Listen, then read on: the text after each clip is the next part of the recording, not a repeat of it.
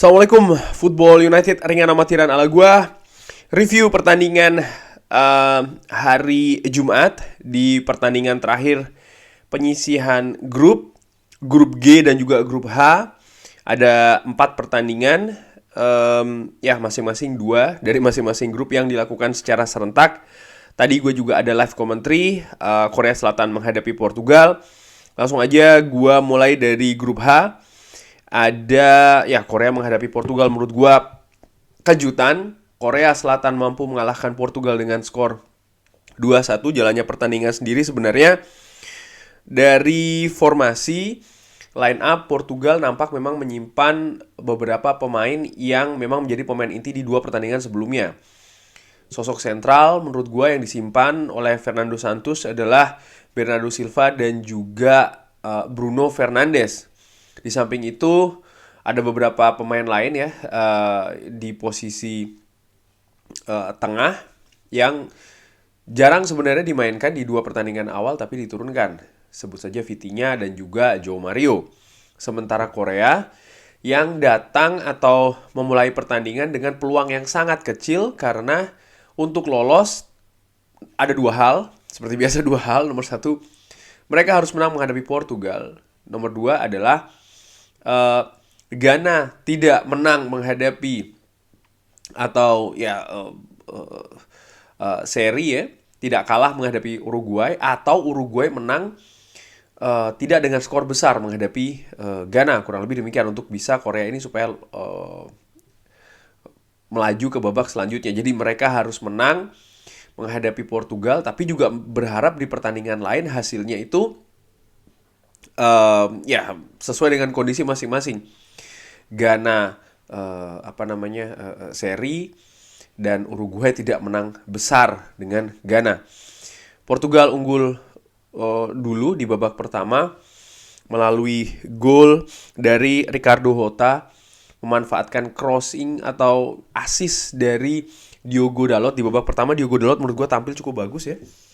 Cukup imbang antara bertahan dan menyerang, transisi juga bagus. Sementara Korea menurut gua di babak pertama seperti biasa ini sering melakukan kesalahan, utamanya ketika mereka ini berada di sepertiga akhir dari pertahanan Korea.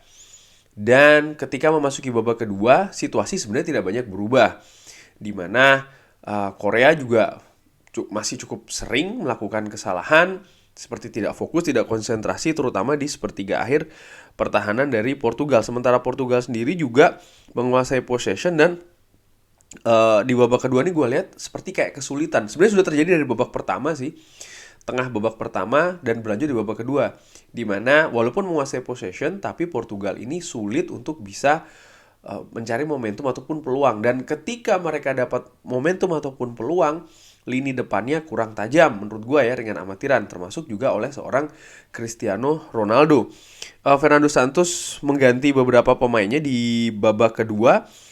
Ada ya Bernardo Silva masuk, William Carvalho, sebelumnya Andre Silva, Rafael Leo dan juga Joe Palhinha ini masuk. Oh ya, sebelumnya di babak pertama nih skornya adalah 1-1 karena Korea bisa menyamakan kedudukan 1-1 dari corner, memanfaatkan ya koordinasi yang menurut gue tidak baik yang dilakukan oleh lini pertahanan Portugal. Ada bola kena punggung dari seorang Cristiano Ronaldo dan bisa dimanfaatkan oleh Young Gwon Kim yang memang berdiri bebas untuk menyamakan kedudukan menjadi 1-1. Dan babak kedua seperti tadi gue katakan ya, Portugal menguasai possession tapi tidak cukup sering atau tidak cukup banyak untuk mengkreasi peluang ataupun momentum di depan pertahanan dari Korea. Sementara Korea juga ya masih sering melakukan kesalahan. Tapi situasi berubah di menit 90+1 ya, dari skema serangan balik Heung-min Son yang melakukan ya penetrasi, dribbling dari belakang ke depan luar biasa. Dan di depan kotak penalti dia memberikan assist ke He Chang-hwan yang melakukan finishing juga dengan bagus, menaklukkan Diogo Costa ya, agak ribet, Diogo Costa. 2-1 untuk Korea. Heung-min Son sendiri sebenarnya di pertandingan tadi ada beberapa momentum dia dapatkan. Hanya saja kalau menurut gue ya dengan amatiran, kadang terlalu individual dia. Dia tidak melihat rekannya, salah mengambil keputusan, tapi di momen terakhir, momen yang pas, dia memberikan assist yang pas juga, tidak offside dan finishingnya pun juga bagus 2-1. Nah, ketika 2-1 di pertandingan lain Ghana menghadapi Uruguay, Uruguay sendiri ini sudah unggul 2-0 bahkan dari babak pertama, walaupun sempat hampir tertinggal 1-0 karena Ghana sempat mendapatkan penalti yang mampu di-save oleh kiper dari Uruguay ya, Sergio Roche. Nah, tadi cukup seru menurut gua karena Korea Selatan sudah selesai 2-1 menghadapi Portugal, Uruguay masih 2-0, bahkan injury time-nya 8 menit menghadapi Ghana. Di posisi tersebut sebenarnya Uruguay bisa lolos kalau mencetak 1 gol lagi dan mereka berusaha terus. Dan menurut gua di pertandingan antara Uruguay menghadapi Ghana, terutama di akhir-akhir babak kedua, kondisi fisik dari kedua tim ini sudah kayak habis gitu ya, konsentrasinya sudah buruk, sudah jelek. Transisi hanya betul-betul bola direct saja, tidak ada lagi setup permainan kalau menurut gue yang rapi, nggak langsung main direct. Uruguay sempat mendapatkan beberapa peluang, begitupun juga Ghana sempat mendapatkan beberapa peluang karena lini tengahnya kayak blank gitu ya dari kedua kesebelasan ini. Namun sampai dengan akhir pertandingan tidak ada gol tambahan dari Uruguay. Ini adalah Piala Dunia terakhir bagi Edinson Cavani dan juga Luis Suarez.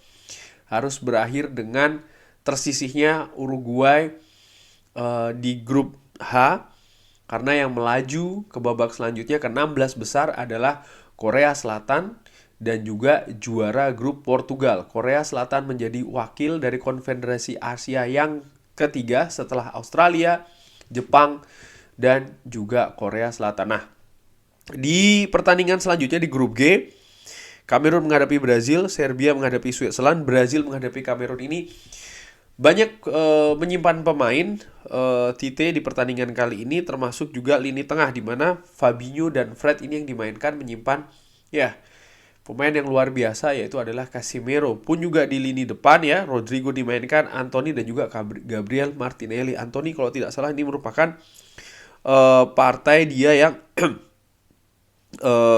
pertama dia tampil sebagai starting line up, di mana di 2 pertandingan awal dia tampil sebagai pemain pengganti, tapi di pertandingan tadi dipercaya. Dan menurut gua jalannya pertandingan antara Brazil menghadapi Kamerun, Brazil mendominasi, Brazil memiliki peluang ya untuk unggul. Mereka menurut gue juga unggul kualitas juga, namun justru Kamerun yang mampu bermain lebih lebih klinikal. Akhirnya mereka yang mendapatkan gol di menit-menit terakhir melalui Vincent Abu Bakar, tepatnya di injury time babak kedua. Dan menurut gue hasilnya tidak banyak merubah klasemen, karena memang yang lebih menentukan menurut gue adalah di pertandingan sebelahnya, itu adalah Serbia menghadapi Swiss, di mana Serbia harus menang, Swiss juga supaya aman juga harus menang. Jadi mereka berdua ini, dan tadi di pertandingan kedua tim ini ya, di pertandingan menurut gue sangat seru, kejar-kejaran gol.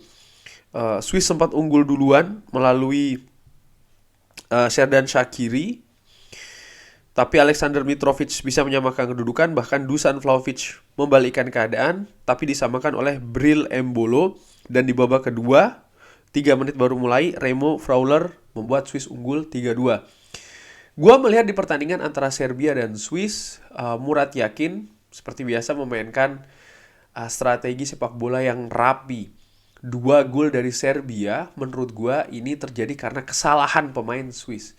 Jadi dimulai dulu dari kesalahan pemain Swiss, dan ya Dusan Vlahovic dan juga Alexander Mitrovic punya kualitas untuk menyelesaikan atau ya melakukan finishing dengan baik, dan itu yang dilakukan. Tapi gue melihat bagaimana gol dari Swiss ketiga-tiganya ini dari skema build up yang bagus. Bagaimana mereka juga bertahan itu juga rapi, sehingga ya akhirnya mereka yang di babak kedua terutama tidak banyak melakukan kesalahan seperti yang dilakukan di babak pertama, dan oleh karena itulah mereka bisa membungkus kemenangan 3-2.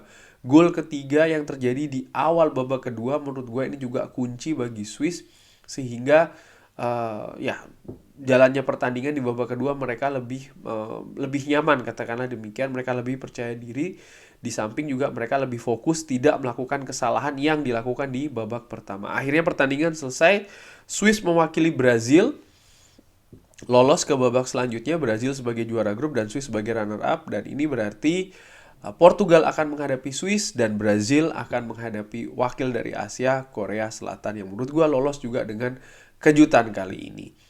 Bagaimana previewnya? Nanti sebelum pertandingan insya Allah akan gue bikin. Terima kasih sudah menyaksikan. Jangan lupa like, subscribe. Wassalamualaikum warahmatullahi wabarakatuh.